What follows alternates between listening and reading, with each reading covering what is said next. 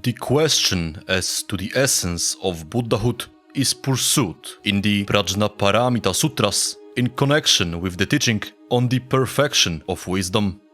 At the background of the questioning on the nature of the Buddhakaya is the practice of the veneration of the relics of the Buddha enshrined in the stupas, whereby faithful adherents continued to hold the physical relics of the Buddha's earthly body, Sharira, in worshipful awe. In this connection, the Wisdom Sutras point out that the essence of the Tathagata is not to be grasped through his physical body, Rupakaya, which is venerated as such, but through that whose body is the Dharma, Dharmakaya, which is now identified with the perfection of wisdom. The Rupakaya Dharmakaya distinction then becomes the first theoretical expression of the relationship between the historical Buddha embodied in Shakyamuni and the transhistorical dimension of the Buddha identified with the Dharma, which he realized and taught. This transhistorical dimension was presented in the Mahāyāna as Prajnaparamita, the wisdom that perceives the essential emptiness, sunyata, of all things.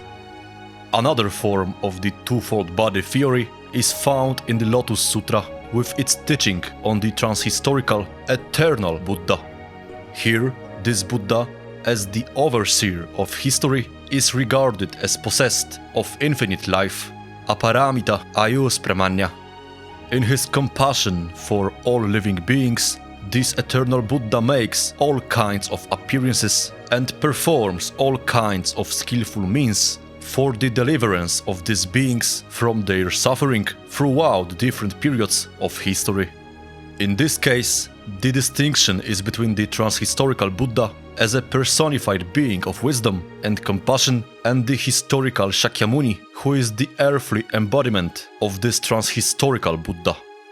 The soteriological element in Buddhism comes to the fore here in the Lotus Sutra with the portrayal of the eternal Buddha acting throughout history to save living beings from their suffering state. The historical Shakyamuni is presented as rooted in and emanating from this transhistorical Buddha. It may be mentioned in passing that this transhistorical Buddha is also presented in the Lotus Sutra as having various other emanations, which are the Buddhas of various realms. This sutra then provides the basic elements that would lead to the later formulation of the Trikāya doctrine. The term Dharmakaya was originally used as an appellation of the Buddha from the identification of the Buddha with the body of teachings leading to enlightenment, and later took on metaphysical significance as it became a term used to point out the essence of Buddhahood itself. In the Wisdom Sutras, Dharmakaya is identified with the perfection of wisdom, Prajnaparamita, and likewise refers to the collection of merits and superior qualities associated with the attainment of this wisdom. On the other hand, it is also seen as synonymous with sunyata, as a formless, shapeless, inconceivable infinite. With the superhumanization and deification of the Buddha who possesses these superior qualities as one who has attained the perfection of wisdom, the term Dharmakaya came to be used to refer to the transhistorical Buddha as opposed to the historical Shakyamuni, taking on the attributes of a personal absolute who is concerned with the salvation of suffering beings. The development of the notion of Dharmakaya as personal absolute is seen in the later Mahāyāna sutras, especially those expounding Tathagatagarbha doctrine. For example, in the Anunatva Purnatva Nidrsa, it is explained as inseparable from wisdom, possessing wondrous qualities, without boundaries, freed from birth and death, eternal, everlasting, pure, and unchanging. It encompasses the fields of existence of ordinary living beings, bodhisattvas, and tathagatas, and is the active principle whereby all living beings are intrinsically possessed of Buddha nature or are capable of supreme enlightenment. In short, it is considered as a metaphysical ground of the mode of existence of all living beings, which are the embryo of the Tathagata. The Mahaparinirvana Sutra of the Mahāyāna develops the notion of Dharmakaya as absolute and expound on it as eternity, bliss, supreme self, and purity, which from this realm engages in endless activity on behalf of suffering living beings. Thus, in the notion of Dharmakaya, we can see the merging of the traditions regarding the Buddhist absolute as impersonal, formless emptiness on the one hand, and as personal, possessed of wondrous attributes and in constant dynamic activity towards the enlightenment and salvation of all living beings on the other. This step from the two-body theory to the three-body theory hinges on the clarification of the status of the Buddhas of different realms whose existence is already assumed in the various Mahāyāna sutras. Here, the formulation of the notion of Sambhogakaya is a decisive element. There have been studies published on the development of this notion, pointing out how its formulation had been prepared for by various elements that did not fit in perfectly well with a two-body theory alone. Behind the rise of this notion is the general Indian philosophical presupposition of cause and effect relation, which called for an explanation for Gautama's attainment of such a sublime state as Buddhahood with merely 6 years of religious search and practice. This logic led to the supposition that he acquired the merits needed for such an attainment not only in this lifetime, but in countless other previous lives, wherein he performed acts of compassion for others. As such, he became worthy of the fruit, vipaka, of such efforts, and attained the supreme state of enlightenment. In various sutras and commentaries, there are many accounts of the bodily attributes, such as the 32 marks and superior qualities of the enlightened one, which are the manifestations of such fruit of effort. Thus, with the generalization of the way to the attainment of Buddhahood in the Mahāyāna, such attributes and qualities likewise became applied to all those who have merited such a state, therefore Buddhahood. In the Avatamsaka Sutra, there is a reference to the body that is the fruit of meritorious action, karma vipaka-kaya, which pertains to the bodhisattva's attainment due to his practice. In the Sukhavati Vyuha, or Pure Land Sutra, the merits of the bodhisattva Dharmakara become the focus of attention, and his 48 vows to save living beings earn him the fruit of Buddhahood. He is now the Buddha of infinite light, Amitabha, and infinite life, Amitayus. These elements, found in various sutras, are the background of the term Dharma Sambhogakaya, the body that enjoys the Dharma, which we find in the Mahāyāna Sutra Lamkara, wherein we find the first systematic exposition of the threefold body doctrine. We will now proceed to an analysis of the structure of the doctrine of Trikāya as found in two important Mahāyāna treatises, henceforth referred to as MSA and RGV respectively. The MSA is a compendium of Mahāyāna teachings from the Yogacara standpoint, stressing meditational practice towards the attainment of the goal of enlightenment. This treatise devotes its 9th chapter, entitled Body, to the description of the world of enlightenment and expounds on the doctrine of the 3 bodies of Buddha. The first body is called the essential body, Svabhavika-kaya, and is regarded as the foundation, Ashraya, of the other 2. This first body is understood here as the pure, impersonal truth realm, Dharmadhatu, which is the ground or basis of Buddhahood. The subject of the realization of this impersonal truth realm is the second body, called the enjoyment body, Sambhogika-kaya. This is presented as plurality, enjoying the fruits of its effort in the realization of the truth. Enjoyment bodies are located in different Buddha fields and thus we understand the different Buddhas depicted in various sutras as belonging to this category. This second body is also described in the MSA as the accomplishment of self-benefit, svarta, understood from the context as the enjoyment of the fruit of its efforts, which is the realization of the truth itself. The third body is called apparitional body, Nirmanikakaya, likewise grounded on the first, essential body, and presented as manifesting itself in various places and times for the benefit of suffering living beings.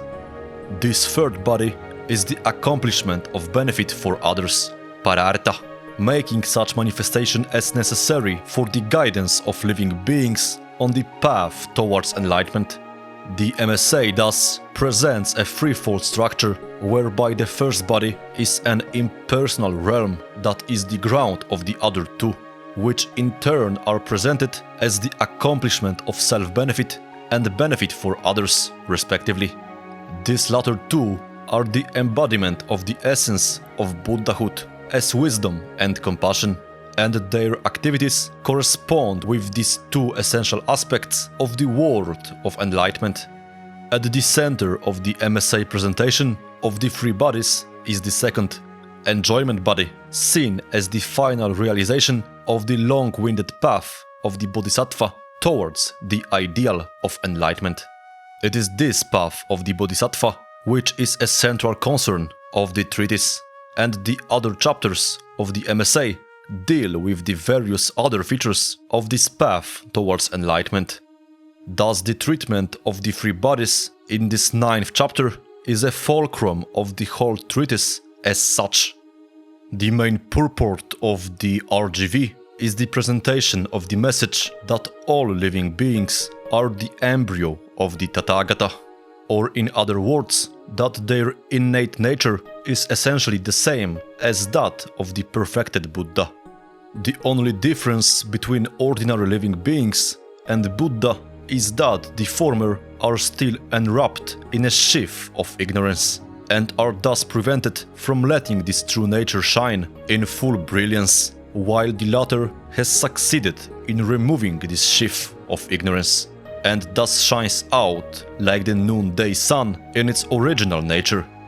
It is with this message at the background that the RGV presents its Trikāya doctrine.